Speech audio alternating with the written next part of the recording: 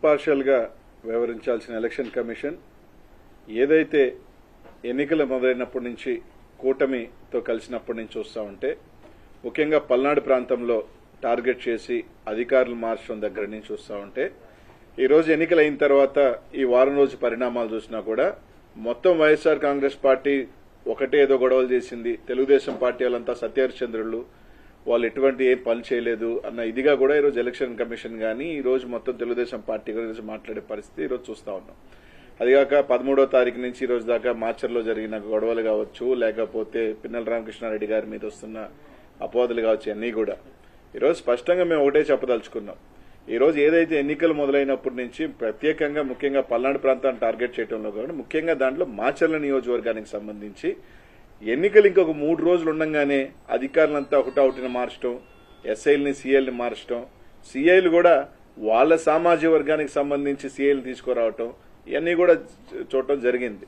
ఈరోజు వాస్తవానికి ఆ రోజు ఎన్నికల రోజు కూడా అనేక సార్లు మా ఎమ్మెల్యే అభ్యర్థి రామకృష్ణారెడ్డి గారు అనేక సార్లు చెప్పాడు. ముఖ్యంగా ఈరోజు వాళ్ళు చెప్తా ఉన్నారు, వాళ్ళ ఎంపీ అభ్యర్థి కృష్ణదేవరాయలు కానీ వీళ్ళందరూ కూడా ఏం చెప్తా ఉన్నారు, మాకు పోలీసు ఎక్కడా కూడా సహకరించలేదు, పోలీసు ఇది చేయలేదు, పోలీసు బందోబస్తు పెట్టలేదని మాట్లాడుతున్నారు.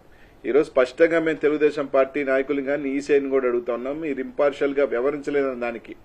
ఈరోజు ఇదే మాచర్లో ఎమ్మెల్యే గారి గ్రామం అయిన కర్లగుంట కావచ్చు, కేపీగూడెం ఏదైతే కేవలం 4,000 ఓట్లున్న 2 గ్రామాలలో పక్కపక్క గ్రామాలలో 2 డిఎస్పీలు పెట్టారు మీరు. అదే ఒప్పిచెర్ల 5,000 ఓట్లున్న పక్కన తుమ్మరకోట, చింతపల్లి, పాల్వాయి గేట్లో విపరీతంగా రిగ్గింగ్ జరుగుతూ ఉంది, ఆ ప్రాంతంలో భయభ్రాంతులు చేస్తున్నారని చెప్తున్నా కూడా ఎమ్మెల్యే గారు కానీ ఎస్పీకి ఫోన్ చేసినా కానీ కనీసం స్పందించాల.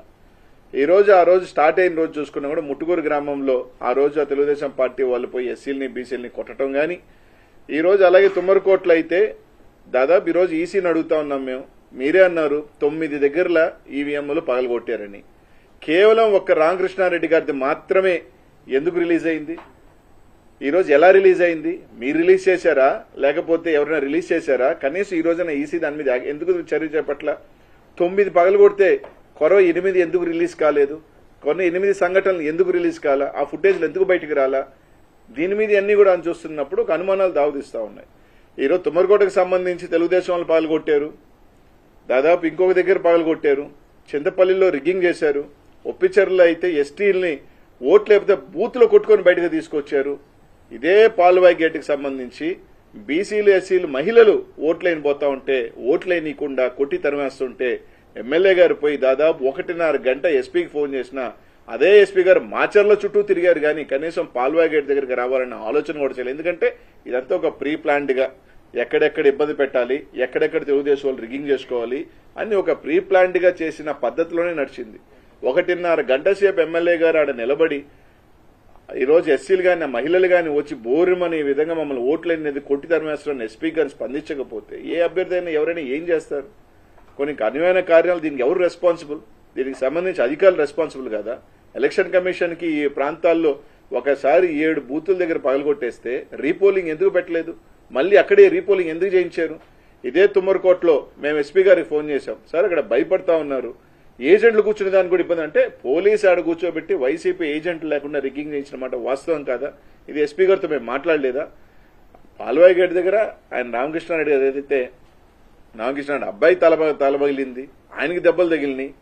ఈరోజు అనేక రకాల అరాచకాలు తెలుగుదేశం పార్టీకి వక్తాసుగా ఈరోజు అడుగుతా ఉన్నాం. మీరు చెప్తా ఉన్నారు కదా, కానిస్టేబుల్ 2 గ్రామాలకు సంబంధించి డిఎస్పీలను పెట్టి కర్లకుంటలోను కేపీగూడెంలో ప్రతి ఓటర్ని ఇది నీ ఓటా అని మీరు చూసిన డిఎస్పీ గారు ఒప్పిచెర్లో గాని, తుమ్మరకోటలో గాని, చింతపల్లిలో గాని, పాల్వాయిగోట్లో గాని ఎందుకు చూడలేదని అడుగుతా ఉన్నా. అక్కడికన్నా ఎక్కువ ఓట్లున్న ప్రాంతం కదా, ఇక్కడ ఎందుకు పెట్టలేదు మీరు డిఎస్పీలని? ఎందుకు సీఐల్ని పెట్టలేదు? ఎందుకు ఎస్ఐని కూడా సంబంధించి ఎందుకు పెట్టలేదు? కనీసం దాని ఫుటేజ్లు రిలీజ్ చేయండి. కనీసం ఈ 4 బూతులకు సంబంధించి చింతపల్లిలో ఉన్న 4 బూతులు, ఒప్పిచెర్లో ఉన్న 3 బూతులు, తుమ్మరకోటలో ఉన్న 3 బూతులను ఈసీ న్యూస్ ఎలక్షన్ కమిషన్ అర్థం నిజంగా ఇంపార్షియల్ గా చేసే పని అయితే ఆ బూత్ లో రోజు జరిగిన వారి అంతా కూడా తీసి జరిగిన దాని మీద విచారణ జరిపి అవసరమైతే రీపోలింగ్ పెట్టమండి. ఈరోజు స్పష్టంగా మా ఎమ్మెల్యే గారు దాని మీద రీపోలింగ్ జరగండి, ఈ విధంగా జరిగితే దాని మీద ఈ రోజు దాకా యాక్షన్ తీసుకోవాలి.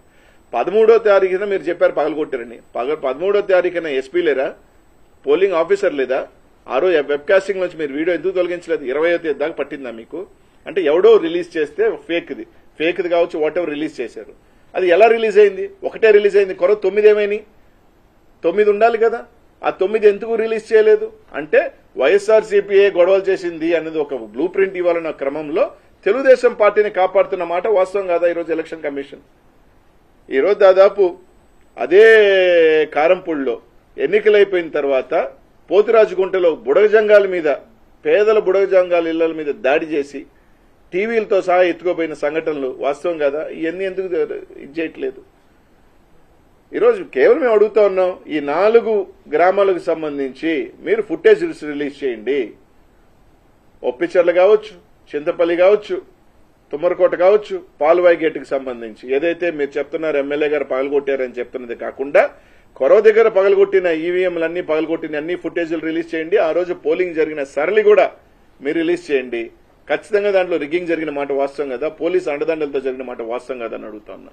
ఇదే ఎమ్మెల్యే గ్రామంలో ఒక డీఎస్పీ గారు జగదీష్ గారిని పొద్దున్నీ సాయంకాలం దాకా పెట్టారే, కేపీగూడెంలో పెట్టారే, పెట్టి ప్రతి ఓటర్ని ఇది నువ్వు కరెక్ట్ ఓటరా అని చెప్పి వెరిఫై చేశారే. ఈ గ్రామాల్లో ఎందుకు పెట్టలేదు? మా కృష్ణదేవరాయలు గారు అడుగుతారు, ఎక్కడా సౌకర్యం కనుక్కోండి. ఎమ్మెల్యే గారి సంబంధించి మాచర్లో పెట్టలేదా? కేపీగూడెంలో పెట్టలేదా? ఈ 4 గ్రామాల్లో మీకు సంబంధించి రిగ్గింగ్ గ్రామాల్లో మీ సామాజిక వర్గం సంబంధించి ఎస్సీలని, బీసీలని, ఎస్టీలని కొట్టి తరిమేస్తున్న సంఘటనలు వీడియోలు మీకు కళ్ళకు కనిపించలేదా? వీటి మీద రీపోలింగ్ చెప్పే ధైర్యం మీకు ఉందని అడుగుతా ఉన్నాం. ఆయన చెప్తారు నా ఫోన్ రికార్డులు చూసుకోండి పోలీసులు. ఈ రోజు ఎవరైనా ఫోన్లో మాట్లాడతారా? ప్రతి ఒక్కడు వాట్సాప్ కాల్ మాట్లాడుతున్నాడు. వాట్సాప్ కాల్ సీడీఆర్ రికార్డ్స్ లో రాదు.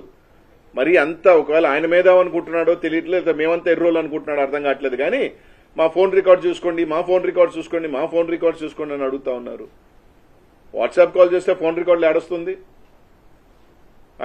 అంటే ఏదో మేమంతా సత్యహరిశ్చంద్రులవి, మాకేం సంబంధం లేదు. ఈరోజు ఒకటే అడుగుతా ఉన్నాం, మీరు 2 గ్రామాల్లో 2 డీఎస్పీలను పెట్టినారు. ఈ గ్రామాల్లో ఎందుకు పెట్టలేదు? ఈ గ్రామాల్లో ఎందుకు మీరు సెక్యూరిటీ ఇవ్వలేదు? ఎమ్మెల్యే గారు అడుగుతా ఉన్నా కూడా ఈరోజు పల్నాడులో మీరు తీసుకున్నా కూడా గురజాల్లో కొత్త గణేశం పాడు ఏ విధంగా దాడులు జరిగినాయి? సత్యనపల్లిలో అంబటి రాంబాబు గారు 4 బూతులకు సంబంధించి అడుగుతాను, దాని గురించి పట్టించుకోలేదు.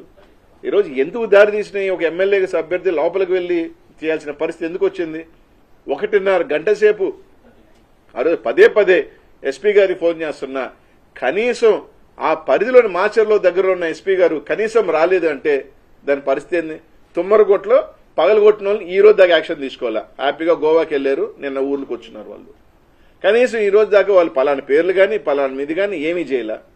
తుమ్మరకోట్లో, ఒప్పిచర్లు కానీ, చింతపల్లి కానీ ఈ బూతులన్నీ కూడా బయటకు తీయాలి. ఈరోజు ఈసీ కూడా అడుగుతా ఉన్నాం, నిజంగా మీరు ఇంపార్షియల్ గా అయితే అవన్నీ కూడా రీపోలింగ్ పెట్టండి. అవన్నీ కూడా నిజంగా రిగ్గింగ్ చేయలేదంటే అంటే బూతుల బాగా కొట్టేస్తే మాత్రం ఏం పర్లేదు, ఓట్లున్నాయి, రిగ్గింగ్ చేసినా పర్లేదు, పోలీస్ అధికారులను పెట్టుకుని రిగ్గింగ్ చేసుకున్నమాట వాస్తవం కాదని అడుగుతాం. ఈ రోజు ఎక్కడో కొన్ని ఫోటోలు తీసుకొచ్చి ఎమ్మెల్యే గారితో సీఐలు ఉన్నారు కాబట్టి మార్చారు. ఎమ్మెల్యేతో సీఆర్ 1 సంవత్సరం క్రితం ఉన్నది, నువ్వు ఎలక్షన్ అయిన 2 రోజుల ముందు మారుస్తారా? కరెక్ట్ గా కేవలం 2 రోజుల ముందు వాళ్ళ సామాజిక వర్గానికి సంబంధించిన సీఎల్ తీసుకొచ్చుకుంటారా? దీని అంతా ప్రీ ప్లాన్డ్ కాదా? ఇదంతా ఆర్గనైజ్డ్ కాదా? ఒక ఎమ్మెల్యే అభ్యర్థికి ఫోన్ చేసి ఇక్కడ జరుగుతుందని చెప్తాను, ఎస్పీ ఎక్కడ స్పందించాడు? కనీసం ఫోన్లు ఎత్తాడా? ఈరోజు అన్ని దగ్గర ఊర్ల మీద పడి దాడులు చేశారు, ఎస్సీ ఎస్టీల మీద, బీసీల మీద. అవన్నీ కప్పిపోసాయి. ఈరోజు ఎలక్షన్ కమిషన్ ఒకటి అడుగుతున్నాం, అన్ని వదలండి. పోలింగ్ జరిగిన పద్ధతి సార్ అన్ని కూడా వీడియోస్ ఉన్నాయి కదా మీ దగ్గర, వెబ్కాస్టింగ్ జరిగి అసలు ఇది ఒకటి మీరు రిలీజ్ చేశారా వీడియో, లేదా ఎవరైనా దొంగతనంగా రిలీజ్ చేశారా? దొంగతనంగా రిలీజ్ చేస్తే ఎవరు చేశారు? వాళ్ళ మీద ఏమైనా యాక్షన్ తీసుకున్నారా? కొరవ ఎందుకు రిలీజ్ చేయలేదు? అన్ని కూడా 9కి సంబంధించిన ఈవీఎంలు కూడా రిలీజ్ చేయాల్సిన అవసరం ఎంత ఉంది కదా, బూత్ అన్ని కూడా టీవీలకి, వీటి మీద కూడా మీరు యాక్షన్ రిలీజ్ చేయాల్సిన అవసరం ఉంది కదా. సెంట్రల్ ఎలక్షన్ కమిషన్ వాటి మీద కూడా తీసుకొని రాయాల్సిన పరిస్థితి ఉంది కదా అని అడుగుతా ఉన్నా. కాబట్టి ఇట్లన్నిటి మీద ఎలక్షన్ కమిషన్ నిజంగా ఈ రోజు అడిగితే ఖచ్చితంగా వాళ్ళు పార్షాలిటీ చూపిస్తా ఉన్నారు. ఈ రోజు కూడా తెలుగుదేశం పార్టీ ఒత్తాసుగానే పలుకుతా ఉన్నారు. వాళ్ళ పద్ధతి కానీ వాళ్ళ తీరు కానీ చూస్తా ఉంటే తప్పకుండా ప్రజాక్షేత్రంలో ప్రజలు మా వింటున్నారు, వైఎస్ఆర్ కాంగ్రెస్ పార్టీ వింటున్నారు. జూన్ 4న రాబోయే ఎన్నికల్లో మళ్లీ జగన్మోహన్ రెడ్డి గారు ముఖ్యమంత్రిని చేసి అదే మాచర్ల నియోజకవర్గం కూడా రామకృష్ణారెడ్డి గారు మంచి మెజార్టీతో గెలవబోతా ఉన్నారు. దాంట్లో మీరు ఎన్ని దొంగ చేష్టాలు చేసినా, 4 ఊర్లు రిగ్గింగ్ చేసినా, కొరవ గ్రామాల మద్దతు వైఎస్ఆర్ కాంగ్రెస్ పార్టీకి ఉంది, అన్ని ఉన్నాయి. తప్పకుండా దీన్ని ఏ విధంగా లీగల్ గా మేము ఫైట్ చేయాలో ఫైట్ చేస్తాం. తప్పకుండా దీనికి సంబంధించి సత్తెనపల్లిలో బూతులు రిగ్గింగ్ అక్కడ చెప్తే దాని గురించి స్పందన లేదు, ఎక్కడా లేదు. ఒక్కసారి ఈవీఎంలు పగలు కొట్టిన తర్వాత మళ్లీ కొత్త ఈవీఎం తీసుకొచ్చి పోలింగ్ చేయించారంటే రిగ్గింగ్ చేసుకోమని అర్థమే కదా. దీన్ని రిగ్గింగ్ చేసుకోమని ఆ రోజు నేను ఎస్పీ గారికి స్వయంగా నేను ఎమ్మెల్యే అభ్యర్థి రామకృష్ణ గారు ఎస్పీ గారికి ఫోన్ చేసి తుమ్మరకోటలో రిగ్గింగ్ జరుగుతుంది సార్, మీరు ఉంటానంటున్నారు కదా, మేము వస్తాము అని చెప్తే ఎమ్మెల్యేగా మీరు రావద్దు, ఎంపీగా మీరు రండి అని చెప్పి మేము వచ్చేటప్పటికి ఎస్పీ గారు మాత్రం బయట వెళ్ళిపోయారు. వేరే ఊరిలో ఉన్నాను సార్, నేను లేను అని చెప్తాడు. అంటే ఈ విధంగా ఎక్కడికెక్కడికి తప్పించుకునే కార్యక్రమం, ఎక్కడికెక్కడికి తెలుగుదేశం పార్టీ వాళ్ళు రిగ్ చేసుకునే కార్యక్రమం, ఎస్సీలని బీసీలని ఓట్లకు రాకుండా కొట్టి తరివేసిన కార్యక్రమాలు అన్ని వీడియోలు రిలీజ్ చేస్తే తెలుస్తుంది ఎవరు దౌర్జన్యాలు చేశారో, ఎవరు అరాచకాలు చేశారో, ఈ రాష్ట్రంలో ఎవరు హింసాకాండాన్ని ప్రోత్సహించారో అన్ని కూడా బయటకు వస్తాయి. అలా కాకుండా కేవలం రామకృష్ణారెడ్డి గారే తప్పు చేశారు, రామకృష్ణారెడ్డి గారే రౌడీజం చేశారు, రామకృష్ణారెడ్డి బిడ్డ తల కూడా బగిలింది, అది కనిపించట్లేదా? తన 20 సంవత్సరాల బిడ్డని 26 కుట్లు పడ్డాయి, వాళ్ళ డ్రైవర్ కి 18 కుట్లు పడ్డాయి, అది కనిపించట్లేదా? వాళ్ళకి తెలుగుదేశం పార్టీ వాళ్ళకి గాని ఆ పచ్చ మీడియాకి ఏ విధంగా కొట్టారన్న సంగతి కనిపించట్లేదా? బుడగ జంగాల మీద దాడి చేసింది కనిపించట్లేదా? ఎస్టీలు ఓట్లు వేస్తుంటే వాళ్ళు కొట్టి బయటికి తరిమేసింది కనిపించట్లేదా? రాడ్లతో తుమ్మరుగుంట్లో ఈవీఎంలో రాడ్లతో పోయి ఈవీఎంలో పాల్గొట్టింది కనిపించట్లేదా? అంటే ఎన్నిటి మీద కూడా ఈసీఐ ఖచ్చితంగా కఠినంగా వ్యవహరించాలి, ఇంపార్షియల్ గా వ్యవహరించాలి. ఈ విధంగా ఖచ్చితంగా అయితే లీగల్ కోర్సులో ఖచ్చితంగా మేము ఫైట్ చేస్తాం. తప్పకుండా ప్రజలు కూడా అర్థం చేసుకుంటారని తెలియజేస్తాం. నిజంగా చెప్పాలంటే ఆ రోజు ఎమ్మెల్యే గారు ఓటేసుకొని మేము ఊరికి పోదామంటే 4:30కి స్టార్ట్ అయితే 6 గంటల కంటే బండి కారుని 20లో నడుపుతారు. మా వాళ్ళ కాన్వే పెట్టి చిన్నగా అంటే దాన్ని ఏదో విధంగా డ్రాగ్ చేసుకునే పోయే విధంగా. అప్పుడు మేము అలా కాదు, తొందరగా ఓవర్టేక్ చేసుకోపోయి తొందరగా పోయి ఓటేసే పరిస్థితి ఈరోజు ఎమ్మెల్యే గారికి కూడా వచ్చి తీసుకొచ్చారు. అంటే అంత పగడబందీగా అంత ఎమ్మెల్యే గాని వాళ్ళ తమ్ముడు గాని ఎక్కడా పెద్ద తిరగకూడదు. ఈ గ్రామాలలో ప్రశాంతంగా తెలుగుదేశం పార్టీ రిగ్ చేసుకోవచ్చు. దానికి సంబంధించి 4 గ్రామాలు 8-9 బూతుల్లో ఇష్టానుసారం ఓట్లేసుకోవచ్చు, ఎస్సీబీసీలను కొట్టేయచ్చు అని చెప్పి ఆ విధంగా ఒక ప్రణాళికబద్దంగానే వాళ్ళు సీఏలు తీసుకురావటం గాని 3 రోజుల క్రితం గాని పోలీస్ అంతా కూడా ఆ రోజు ఎస్పీ గారు ఒక మాచర్లే సత్యనపల్లిలో 56 మంది తలకాయ బాలుగా పోయినా సత్యనపల్లి పోలా, కొత్త గణేశం పాడే సంబంధించి ఊర్ల మీద పడుతున్నా కనీసం ఊరు విసిట్ చేయాల. కేవలం మాచర్లలో ఏ విధంగా తెలుగుదేశం పార్టీ చేత రిగ్గింగ్ చేయించాలా, తెలుగుదేశం పార్టీ వాళ్ళని మీకు సపోర్ట్ చేస్తే వైఎస్ఆర్ కాంగ్రెస్ పార్టీ వాళ్ళని ఏ విధంగా అరికట్టాలా. 7:30కి స్టార్ట్ అయింది దాడులు ముట్టుకూరులో, 7:30కి స్టార్ట్ అయ్యారు. ఆడి నుంచి కొత్త మొదలు పెడితే అన్ని ఊర్లు చేసుకుంటా వచ్చారు. వైఎస్ఆర్ కాంగ్రెస్ పార్టీ సొంత ఊర్లో డీఎస్పీని పెట్టారు, కేపీగూడెంలో డీఎస్పీని పెట్టారు, అక్కడ ఎందుకు పెట్టలా? దీంట్లో స్పష్టంగా తప్పకుండా అన్ని మీద విచారణ జరపాలా, ప్రజలకు కూడా అన్ని తెలియజేయాలా. ఈ విధంగా అన్ని వీడియోస్ కూడా రిలీజ్ చేయమని మాత్రం ఎలక్షన్ కమిషన్ కోరుతున్నాం. లెటర్ రాశారు. తుమ్మరకోట, ఒప్పిచెర్ల, పాల్వాయి గేటు, చింతపల్లిలో ఈ విధంగా రిగ్ జరుగుతుంది, ఇక్కడ రీపోలింగ్ పెట్టమని అదే రోజున 3 గంటలకి లెటర్ రాస్తే కూడా ఏం పర్వాలేదు, పోలీసుని పెట్టుకుని మేము రిగ్ చేసుకుంటున్న విధంగా ఆ పగిలిపోయిన ఈవీఎంల దగ్గర కూడా ఇంకో కొత్త ఈవీఎం తీసుకొచ్చి పోలింగ్ జరిపారు. కానీ పోలీసులు అండని పెట్టి టీడీపీ వాళ్ళు చేయించారు, కానీ రీపోలింగ్ చేయించాలని ఆలోచన కూడా రాదు. కనీసం తన అభ్యర్థి పోయి ఏజెంట్ గా కూర్చుంటాడు కదా, అవసరమైతే ఎమ్మెల్యే గారైనా కూర్చొని ఇది ఓటుందా లేదో చూసుకునే అవకాశం కూడా ఎమ్మెల్యేకి కానీ ఎమ్మెల్యే సోదరులు కానీ వాళ్ళ కుటుంబ సభ్యులకి ఇవ్వలేదంటే పోలీసు అంటే ఏ విధంగా? ఎందుకంటే 500 మంది 1000 మంది వాళ్ళు ఉన్నప్పుడు బీసీలు ఎస్సీలు వచ్చి ఓటు ఎలా వేస్తారు? ఏజెంట్ గా కూర్చొని కర్రలు తీసుకొని కొడతా ఉంటే ఆ కుమ్మరికోట్ల మీరు చూశారు ఏ విధంగా రాడ్డులతో కొట్టారు. ఏజెంట్ తలకాయ బాలు కొడితే భయం ఉంటుంది కదా, కనీసం ఎమ్మెల్యే పోయి నేను లోపల కూర్చుంటే ధైర్యం ఇస్తాను అని అంటే కూడా దానికి కూడా ఒప్పుకోలేదు తెలుగుదేశం పార్టీ. కనీసం అయినా రీపోలింగ్ చేయించాలనే ఆలోచన ఎలక్షన్ కమిషన్ ఎందుకు రాలేదు? ఇంతకన్నా చాలా గతంలో తీసుకుంటే చాలా తక్కువ గొడవల ప్రాంతాల్లోనే రీపోలింగ్ జరిగింది. ఇట్లాంటి పెద్ద ఎత్తున పోలింగ్ జరిగిన దగ్గర రీపోలింగ్ ఎందుకు పెట్టట్లేదు? సో దీన్ని బట్టి స్పష్టమేమవుతుంది, ఎలక్షన్ కమిషన్ కుమ్మక్కై ఉంది, ఇంపార్షియల్ గా వ్యవహరిస్తుంది, కుమ్మక్కై ఉంది తెలుగుదేశం పార్టీతో. వాళ్ళకి ఎక్కడి నుంచి ఒత్తిళ్లు ఉన్నాయో మనకు తెలియదు. గతంలో మీరు తీసుకుంటే ఇంతకన్నా చిన్న గొడవలకే రీపోలింగ్ పెట్టారు కదా, ఇంత విధంగా బూతుల్లో పాల్గొట్టి ఎందుకు రీపోలింగ్ పెట్టట్లేదు? దీన్ని బట్టి అర్థం ఏంటి? తెలుగుదేశం పార్టీకి ఒత్తాసు పలుకుతున్నారు.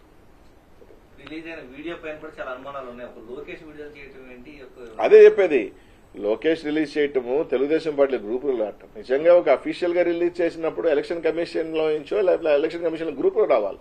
అలా కాకుండా తెలుగుదేశం పార్టీ నుంచి రావటం, లోకేష్ ట్వీట్ చేయటం, ఎలక్షన్ కమిషన్ స్పందించడం. దీని మీద అసలు నేను అడిగేది ఏంటంటే ఎవరు లీక్ చేశాడు ఇది? సరే అది తప్ప ఒప్ప దాని గురించి నేను మాట్లాడలేదు. When it is a confidential దాన్ని బయటకు వచ్చింది కదా, బయటకు వచ్చినప్పుడు కొరవ 9 ఎందుకు రిలీజ్ చేయట్లేదు? కొరవ 9 కూడా రిలీజ్ చేయాలి కదా. ఎలక్షన్ కమిషన్ ఎవరు చేశారో దాన్ని బాధ్యులు చేసి వాళ్ళ మీద యాక్షన్ కట్టాలి కదా. ఇట్స్ ఎ కాన్ఫిడెన్షియల్ రిపోర్ట్ బయటకు వచ్చినప్పుడు అవి ఎందుకు తీసుకోవట్లేదు, దాని గురించి మీరు ఎందుకు యాక్షన్ తీసుకోవట్లేదు, సంబంధించిన అధికారులు ఎవరైతే ఉన్నారో వాళ్ళ మీద కూడా చర్యలు చేపట్టాలా లేదా, ఇన్వెస్టిగేషన్ చేయాలా లేదా, ఖచ్చితంగా డిమాండ్ చేస్తాం. అది ఎలక్షన్ కమిషన్కి వదిలేస్తున్నాం, ఇంకెంతకన్నా మీ నైతికతకు వదిలేస్తున్నాం.